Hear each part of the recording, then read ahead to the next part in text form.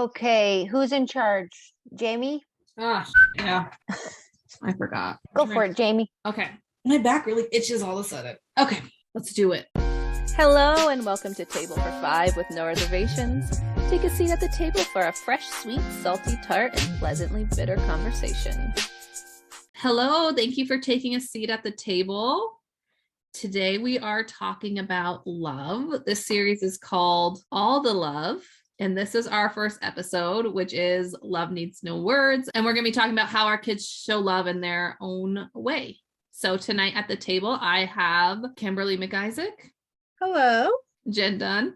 Hello. Tabitha Cabrera. Hello. And Rachel Flanagan. Hey, everyone. Oh, and me, Jamie Ramos. I'm here too. Woo! So let's start with Kim. How does your daughter show love in her own way? So my daughter, who you all know is nonverbal, she actually can say, I love you now, but that's just been something that she's done in the past probably 3 years. So obviously all these years from, 3, 4, 5, when she couldn't say it, you don't need words to show love. You don't, it's nice to hear, but your kids can show you in many, many different ways. Like the way they look at you, the way they will crawl up in your lap, the way they'll come to you over anybody else. I mean, when you have a child who's nonverbal, or even a child that just has a hard time expressing themselves, it's not just nonverbal. I mean, there's some husbands that don't like to always use their words as well. You get that when you have a child who, especially a child who's nonverbal, the connection that you have with that child is unlike anything else. You have to be so aware of everything, their moods, their wants, their needs, everything. It's just such a different type of relationship. And it's a different type of awareness that you need. I don't think you necessarily realize it as a parent. It's just something that you do. I can sense when her mood shifts, without anything happening, without a word being said. You just get to know them on such a different level, which in a way, is it hard if your child doesn't have words and doesn't speak? I'm not going to lie. It's heartbreaking. It truly is. But there's something very special about that relationship that forms when you don't have words, because it's just very different. I have 4 children. I have many nieces and nephews that I have very close relationships with. And there's nothing like that relationship I have with her that it doesn't need those extra things. It's really, you get really down to the bare bones of it. Pure love, not bare bones. It's just like the deepest, unadulterated, pure. What I mean by that is there's not the other stuff, because someone can say I love you. It doesn't necessarily really mean that they do. You know what I mean? Some people say it out of a habit, or, so that's not, love isn't the words. Love is the emotion behind it. And I think when you have this type of relationship with a child, you have to be so hyper aware of everything. And that's how you learn. That's how you learn to know when something's wrong, when they're upset, when they're happy. You pick up on all these cues that you don't necessarily pick up on I don't necessarily have that with my typical children as much. I mean, I do to a point. Obviously, if somebody's, mood is off, I will pick that up. But with her, that bond is just cemented so deep, because it's I have to be so aware in order to help her navigate through this life. So I never had a doubt with the love my daughter had for me. I mean, it's very apparent in the way she looks at us, the way she just relates to us.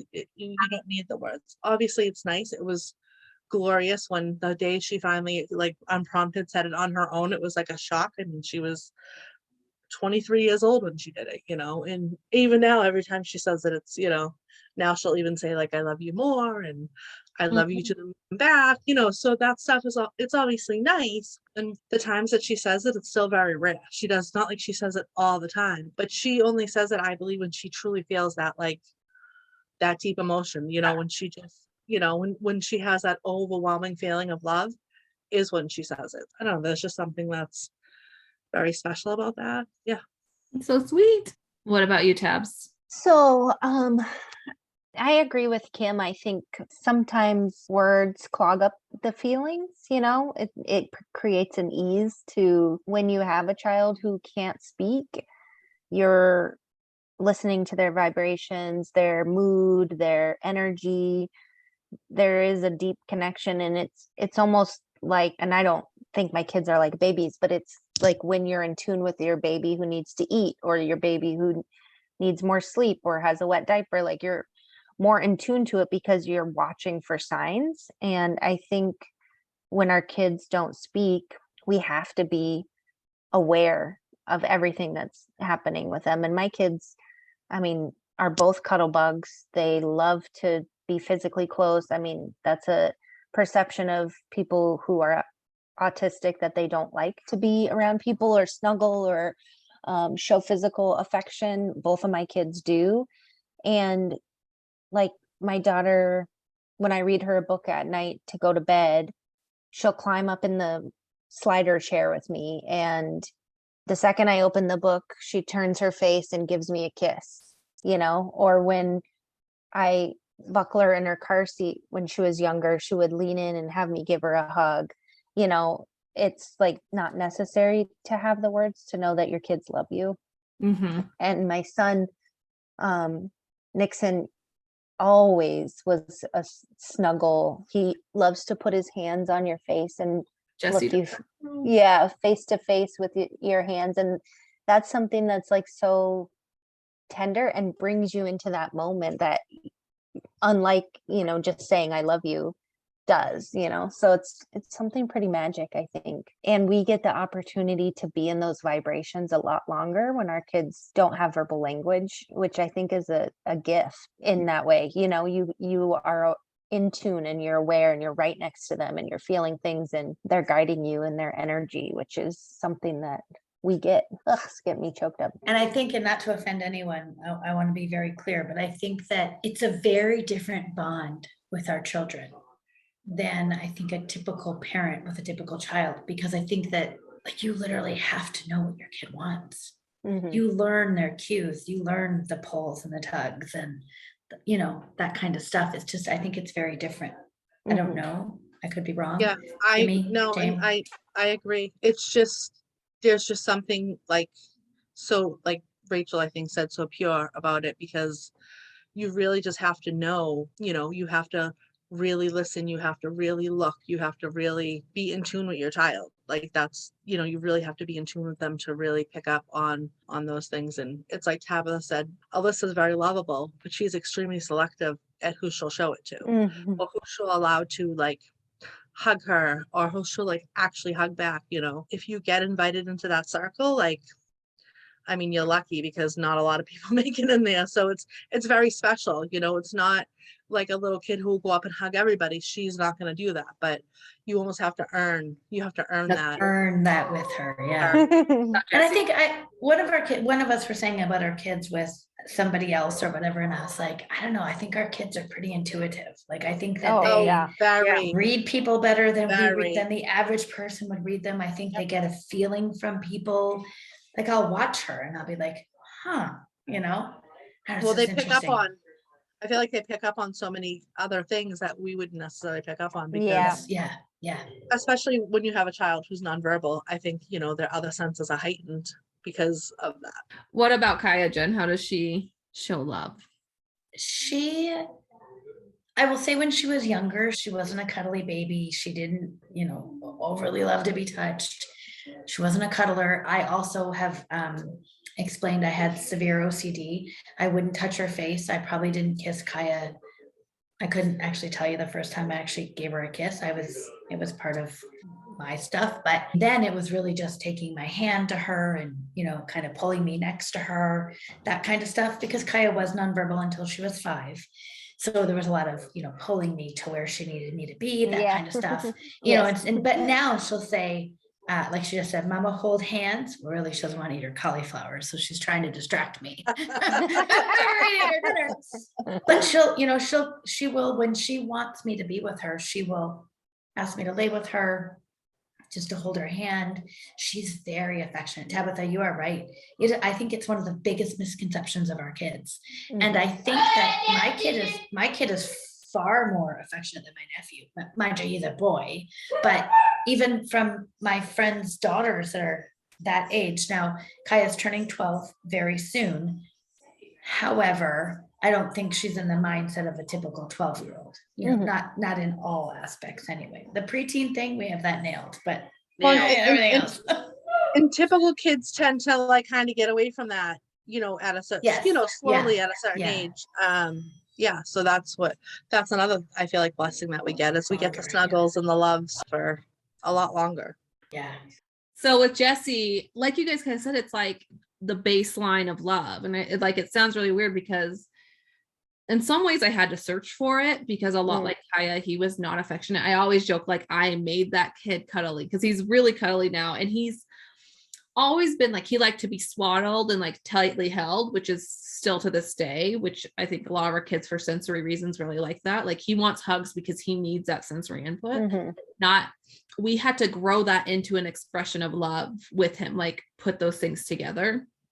So he'll ask us for hugs sometimes just out of sensory. He'll run up and just hug us sometimes in that way you guys talked about, where it's just like a burst of love. Like I think as a parent, we know what that feeling is. Like, you know, those moments where you just look at your kid and you're like, holy shit, I just love that person so much.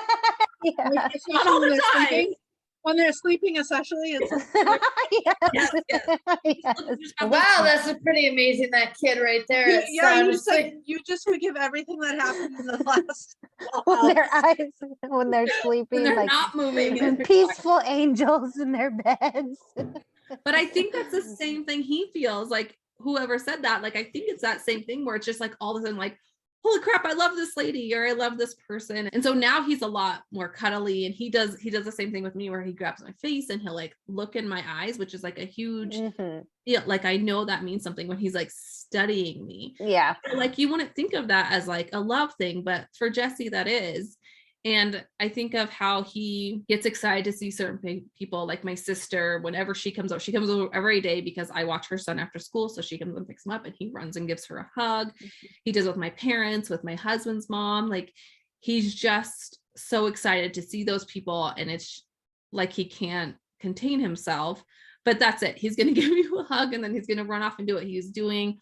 Or he's going to want input from that person. He's going to want that person to throw him around. He's going to want that person to tickle him. It's all like either all or nothing with him. It's very intense, or nothing at all. That's just how he is, but it's just so raw in that way. And I think in other ways too, I just know like with my daughter, I mean, my son now says, I love you to us, but at my daughter's age at 3, it was more of, you know, him wanting to sit next to me. I remember like the first time ever I was sitting outside and swing, and we have like a bench swing in our backyard, and he just came and sat with me and like leaned on me and we just swing for a while. Like that was such a big deal because he never held still. Like he never just sat. Like we didn't ever like just hang out and watch a show. Like if the TV was on, he was either wanting to be by himself or he was running around watching. Just like him to like come into my world, like when I do spend so much time trying to be in his world because I want that connection with him, but with those little moments where he does those things which are rare, like those are the moments that I know like that he really loves because he's trying to do something for me. And as he's getting older, like I can say things to him where I'm just like, can you just try to do this? Like, even though I know it's really hard for him to do something, like, can you just try to do this for your sister or for me for like 2 minutes?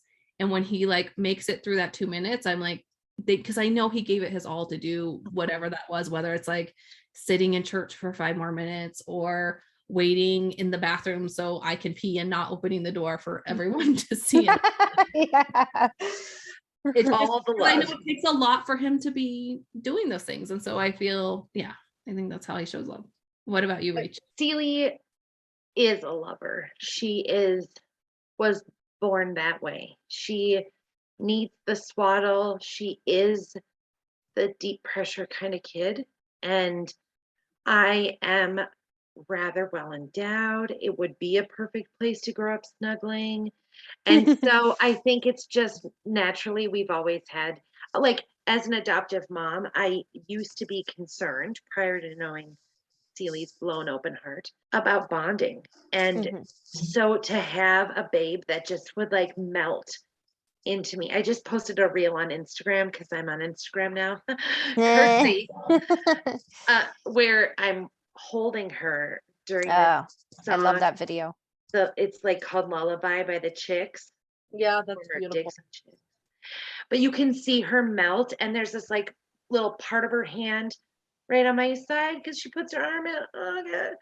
Anyway, now I've spent this whole episode sobbing because what's happening in my life today is that Celie's having this wild fit of aggression. And, even in her biggest, hugest emotions, she gives those all to us, which allows me to know, like, it just reinforces that we're not only her love, but her comfort. And there is no more loving and more genuine space than to be someone's comfort when they're struggling so deeply.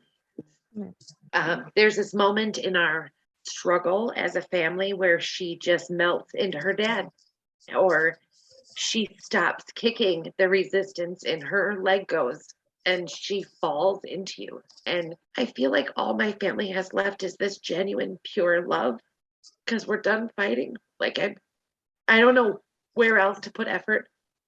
I have no energy left by the end of this. Like, for 7 years, I just feel exhausted. But what we do have is this love, and it will carry us. It will continue to carry us because what passionate love is, like fuel to the plant for us. Praying. Anyway, it's really something. I have those moments of the eye contact where she actually sees who you are. You're not just the gal that gets her water wrong or the girl that gets her cheese right or whatever the request and need is, but that she sees me. And the other thing that I want to say, like that allowed me to know she adored me and my role when she was starting to get her words back after a major language regression. Like, I always talked to Celie, whether she was talking back or not. And so I would title things, I would talk, I'd blah, blah. And I asked her what she wanted to be when she grew up. And it's like one of the first questions she answered back to it. And she said, Mom.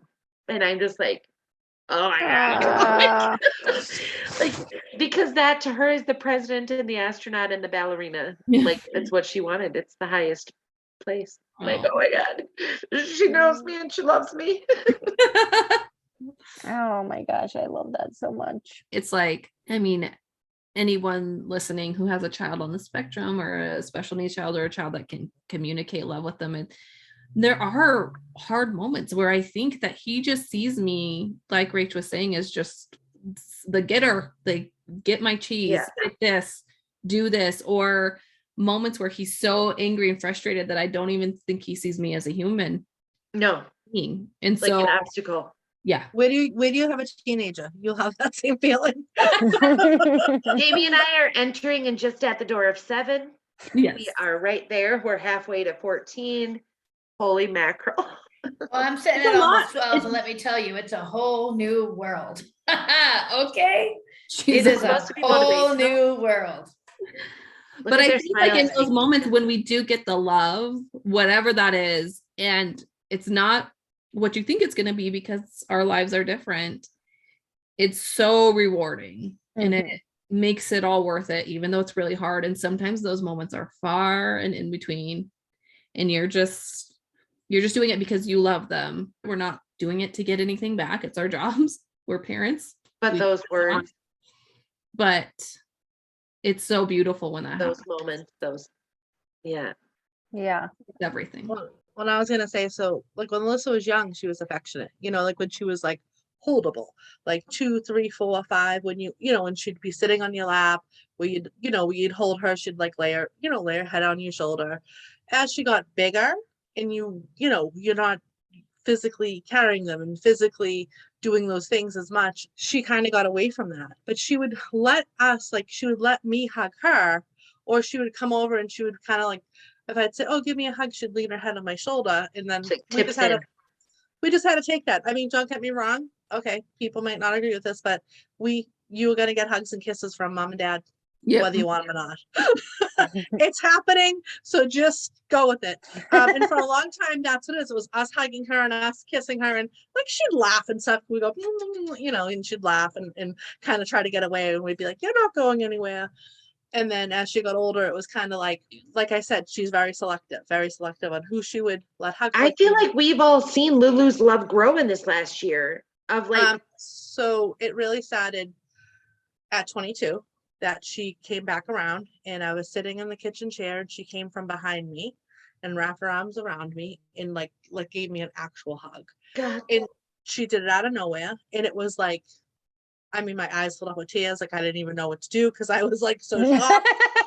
And I think it was that moment of like, she just felt, this is when also I started working with her a lot. So we were just like spending a lot more time together. And she was just like growing and becoming more aware. And, you know, all this stuff was happening with her. And at the same time, she started giving hugs where she would actually squeeze you back. Because we'd always go squeeze us. And she'd like do it for like a millisecond. Like she never really would hug us back. It would be us hugging her. And then she started to hug back. So that was like, you know, and now I get She is 19 full hugs a day. committed. I don't care. Hugger. Like it'll never get old. When you don't have that for Yeah. so many years and then you get it, it's like, I can't even describe what that feels like. It just feels so nice to have.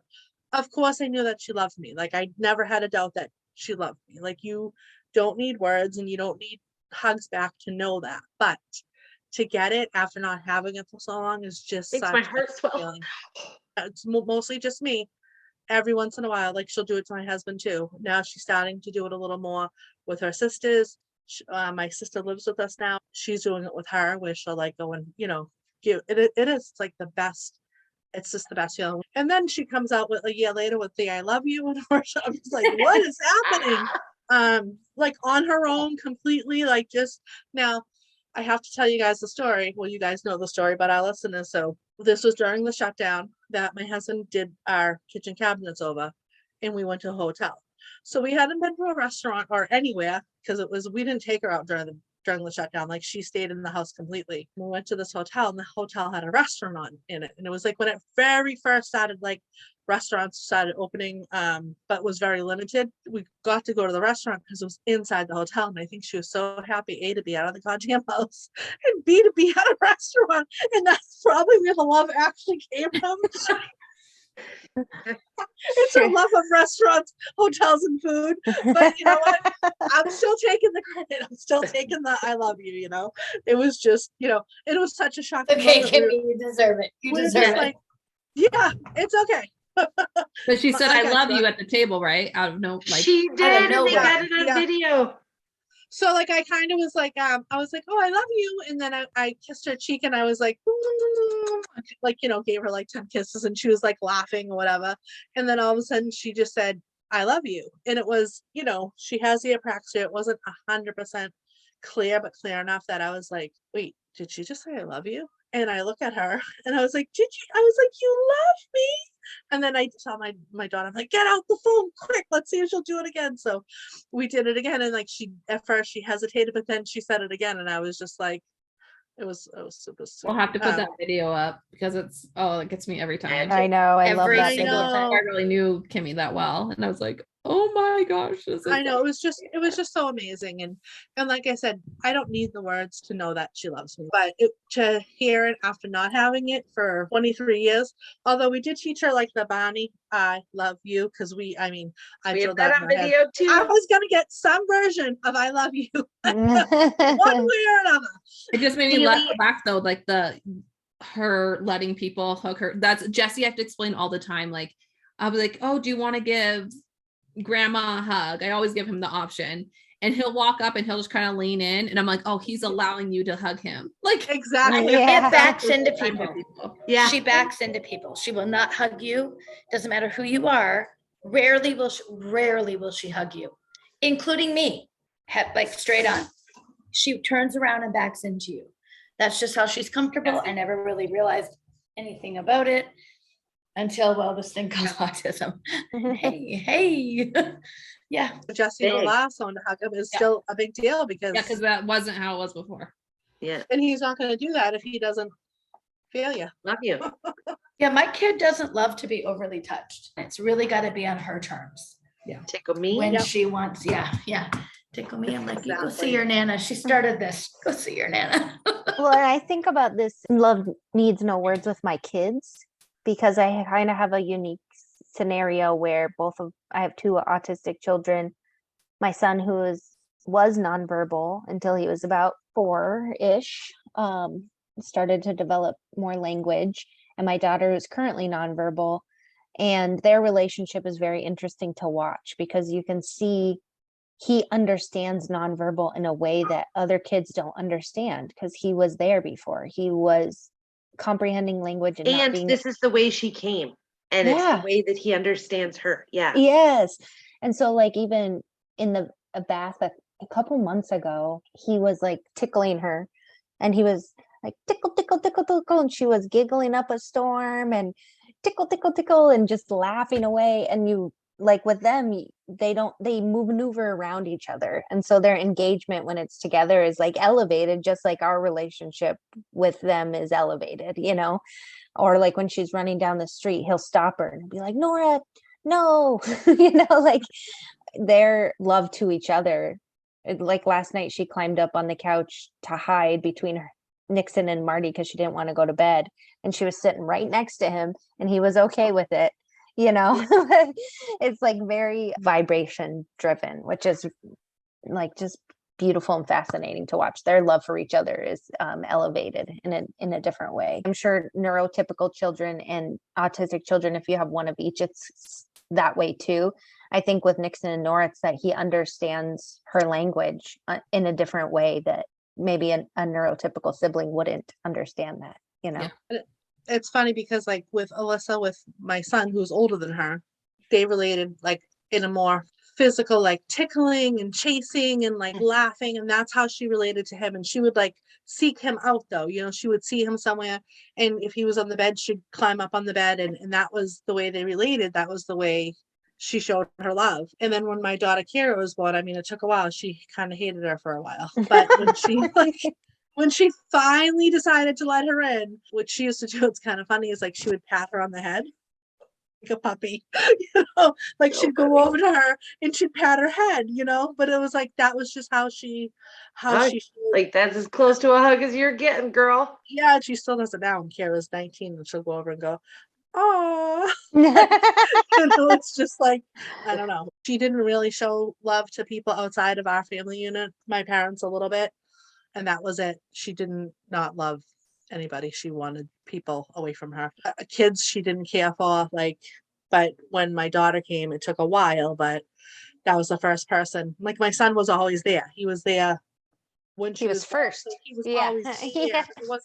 It wasn't like somebody new coming in to like, you know, so but then eventually she did let her in, and then, you know, and then she was her favorite person in the world. So like, Well, when Nixon met Nora at the hospital, oh my God, we have this video of him like walking. She was in her car seat and he walked up to her and he put his hands on her face like he does to us, like the very first time he met her.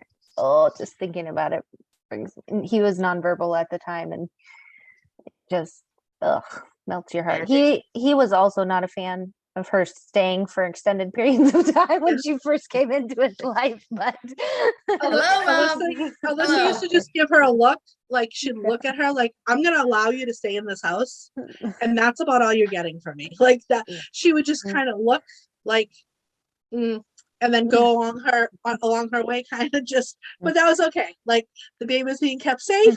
I wasn't pushing it. She would sometimes come over and peek in, and then go. She, you know, sat in her chairs, try to climb in her. Like all her stuff was explored by Alyssa, like top to bottom. But the baby itself, she was kind of like, you just stay where you are, and and we'll be just fine. I was gonna say with Jesse, it was like the opposite. At the hospital, he tried to headbutt Amelie immediately. Oh. But then he was sweet. And the funny thing was he had been around several. Welcome to the family, kid. Yeah, cousins and stuff. And he's always been pretty affectionate with babies, like in the way he thinks he's supposed to be. So he's like, oh, like, and he kind of did that with her at first and then went in and I was like, oh, she survived. No one got headbutt. But ever since then, like, he's always like tolerated her. And I was really worried that like, and we've had a couple times where like she was crying too much and he'd get very irked by that. But for the most part, he just kind of left her alone and he would kind of lay and hang out with her. Sometimes it was really sweet.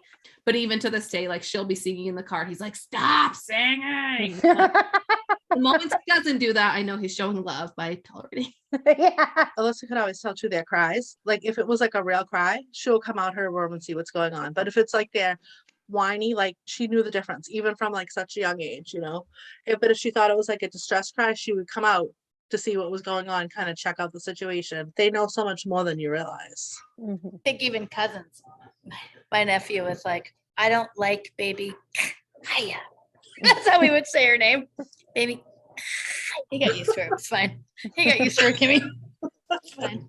Well, it's funny when Lexi came, she was like, okay, we've been through this 2 years ago. Like, this is fine. Another one. And yeah, she was fine with her. She would like give her her binky. She used to like to throw away her diapers like after I changed her. So she like did all those little things. She never really had an issue with Lexi the way she did it with Kara. But she I didn't feel have like the a lot of times the first is the one where like you break the mold, and then the second is like, oh, I've done this before. I've seen this. Yeah, I've watched exactly. this. Like She Celie knew has what to she knew observe what to something, and expect. then she can accept. Yeah, because like Alyssa let Kira live with us, but like she didn't anticipate her learning to walk and invade her space. She So let that's her when, live with you. yeah, she allowed it. Trust me. And then when she started walking, and when they're in that stage of like a year old, they think they own everything. I mean, Alyssa also thought she owned everything, so it was a definite battle for a while there. But Oh, I was gonna say that too. I feel like part of Celie's love is rigid, and part of the thing that I love so much about the five of us is that we bring so many points of view, and I feel like we represent so many moms. So many parts of our kids are parts of the kids whose parents are listening, right? Whatever that is, I'm trying to say. But I feel like Celie's love is as rigid as anything else with her. Like it's she has certain expectations. She has like her need for a hug is bigger than your need for no hug. Always. Like it's about what she's got to have. And one of the things that she does is like she'll put her biscuits in the car finally after the big elopement every day after school, and then the cat. And once the buckle snaps, she goes, okay. And she like motions with her hand, like, get on in here, Lady Jane, to the teacher, like her therapist. She's like, we made it. And then they hug. And some of these therapists are, well, all, but some have a preference for no hugs, and all are there to teach her boundaries and like, and so I'm like, okay, listen, we got the cakes in the car, we're not going to diffuse this bomb again, so if you could meet her in the middle, we need a hand hug at the minimum.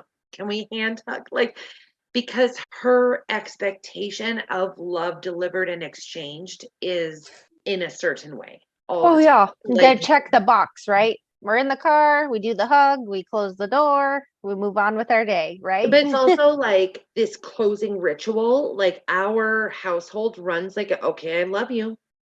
Yeah. I've got this weird thing where, if I didn't say I love you to Billy Flanagan on his way to work, he has this horrible wreck and doesn't know me after, or something more terrible. I damn sure wanted to say I love you before he left. Yeah. And so we do that. We like culturally as a family, and I'm talking bigger than the trifecta, we love. That's how we are too. I also just wanted to say this awful thing happened to me that was like the most beautiful, glorious love exchange. I once was at Celie's therapy appointment. This is like within the first 3 months of starting her first speech and OT therapies. And I'm sitting in this place, which is like they diagnose autism and other neuro differences. They also do therapies, they do ABA there, all of these different levels, right, of therapeutic and diagnostic stuff. Anyhow, I'm in the waiting room, and this little girl just finished therapy. So her therapist walks out with her. The therapist is trying to engage with the mom because this is like autism center. Your kid can run amok right here. Your kid could be butt naked. My kid could show up like Elsa. It's all the love, no judgment. This kid finishes therapy. The therapist goes to the mom. The kid runs to me and goes, I love you. The biggest I love you I had gotten all day. And if you've known Celie Flanagan, you know that's saying something. Okay. I go, I love you. Back to this kid. Because I don't know what we're doing. Nope, this is not the glorious moment of just little tiny love exchange. This is the kid's first goddamn words. And the mom comes around the therapist like, what? The therapist turns around like, what? And I'm like this, what? The kid's now on my lap, one arm around me, and I'm like, it's fine. I got it. You guys just keep talking. The mom goes, was that I love you? And I go, yeah. She goes, first 3 words.